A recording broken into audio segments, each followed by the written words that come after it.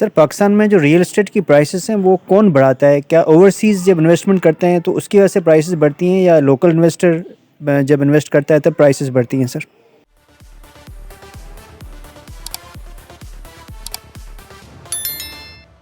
बिस्मिल्लाहिर्रहमानिर्रहीम, अस्सलाम वालेकुम रहमतुल्लाहि व बरकातहू। देखिए जी, जो कीमतें बढ़ती हैं ना, ये मार्केट बढ़ाती है। कीमत मार्केट में बहुत सारी फोर्सेस हैं।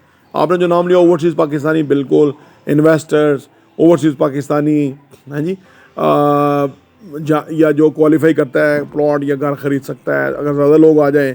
जैसे 9/11 हुआ था, तो 9/11 में ये हुआ था कि अमेरिका में अनरेस्ट हो गया था, यानी पाकिस्तानी अनकम्फर्टेबल हो गए थे वहाँ, उनके ऊपर बड़े छापे पड़े थे, चेक कर रहे थे, और CIA एक्टिव हो गया, और उनको मुसलमान बुरे लगना शुरू हो गए। तो फिर मुसलमानों वहाँ बददिल हो गए, उन्होंने सोचा कि यार हम अपने मुल्क ही चले जाते हैं।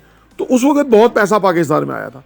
असल में रियल एस्टेट बहुत महंगा हुआ उस वक्त, क्योंकि वहाँ से लोग डॉलर्स लेके आ रहे थे, और डॉलर्स लेके आके वो कहते थे हमें हमारा घर मिलना चाहिए, हमारे लिए रहने की जगह होनी चाहिए। तो पाकिस्तान में रियल एस्टेट बहुत महंगा हो गया। तो ये मुख्तलिफ फैक्टर हैं कि जिसकी वजह से डिमांड बढ़ती है। और बुनियादी तौर पे जो दो तीन फैक्टर हैं वो तो पाकिस्तान में ही हैं। आबादी बहुत ज़्यादा है, एक फैक्टर है। अगर इकनॉमिक स्टेबिलिटी और पॉलिटिकल स्टेबिलिटी आ जाए तो पाकिस्तानियों के पास पैसा भी ज़्यादा हो जाएगा, फिर भी डिमांड बढ़ जाएगी, क्योंकि जो भी वो पैसा कमाएगा वो फिर अपना घर, रिहाइश, इन्वेस्टमेंट करना शुरू कर देगा, तो वो भी उससे भी होगा, ठीक है ना। और पाकिस्तान में किस तरह से अगर पैसा आ जाए, कोई प्रोजेक्ट लग जाए, जैसे अभी बात हो रही है कि जी सऊदी अरब काफ़ी अर्से से कह रहा है कि वो $10 बिलियन इन्वेस्ट करेगा। ये बेसिकली $10 बिलियन नहीं होता। जब इस तरह की बड़ी इन्वेस्टमेंट हो जाए तो दुनिया से और कंपनियां भी बड़ी इन्वेस्टमेंट करने के लिए तैयार हो जाती हैं। तो अगर 5-5, 10-10 अरब डॉलर के कोई 10 प्रोजेक्ट लग जाए, $100 अरब पाकिस्तान में आ जाए, तो पाकिस्तान तो अमीर हो जाए, पाकिस्तानियों को तो एम्प्लॉयमेंट मिल जाए। पाकिस्तान में तो डॉलर जो है ना, उसके ऊपर जो ऐसा प्रेशर पड़े कि वो रुपया ताकतवर हो जाए। दुनिया में हुआ है, हो सकता है, लेकिन इसमें कुछ महरक़ात होंगे। इंसाफ पाकिस्तान में होगा, पाकिस्तान में ट्रेंड ह्यूमर सोच चाहिए, पाकिस्तान में काफ़ी कुछ चाहिए। टैक्सेशन का एक सिस्टम चाहिए, अखराजात जो एक्स्ट्रा अखराजात हैं जो सरकारी ललित तल्लों में खर्च करते हैं वो ख़त्म होना चाहिए। पाकिस्तान के ख़जाने में पैसा होना चाहिए, ताकि दुनिया को पता लगे कि यार ये लूटमार नहीं होती, इंसाफ पे होता है जैसे दुनिया में होता है। तो पाकिस्तान में इन्वेस्टमेंट आ जाएगी।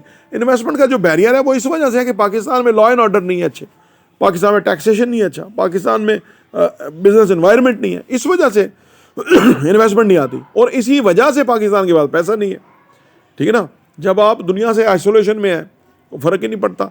अगर आपके यहाँ फैक्ट्रियाँ लगी हों, दुनिया के बड़े बड़े ब्रांड यहाँ हों, वो चीज़ें बनाएं, बाहर भी भेजें, यहाँ भी बिकें, लोगों को एम्प्लॉयमेंट मिला, लोगों को पैसे आ रहे हैं, उनको अच्छे वेजेस हैं, अच्छी तनख्वाहें हैं, प्राइवेट सेक्टर फ्लोरिश कर रहा है, तरक्की कर रहा है, तो पाकिस्तान के अंदर डिमांड बहुत बढ़ जाएगी। तो ये सारा फैक्टर्स हैं, तो ये मार्केट फोर्सेस हैं।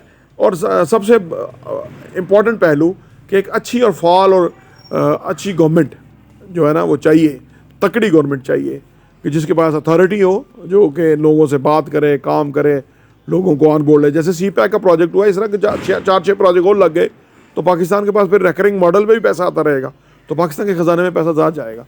तो बहुत सारे फैक्टर हैं जबकि डिमांड बढ़ जाती है और उस कीमतें ऊपर चली जाती है। प्रॉपर्टी वीडियो देखने का बहुत बहुत शुक्रिया।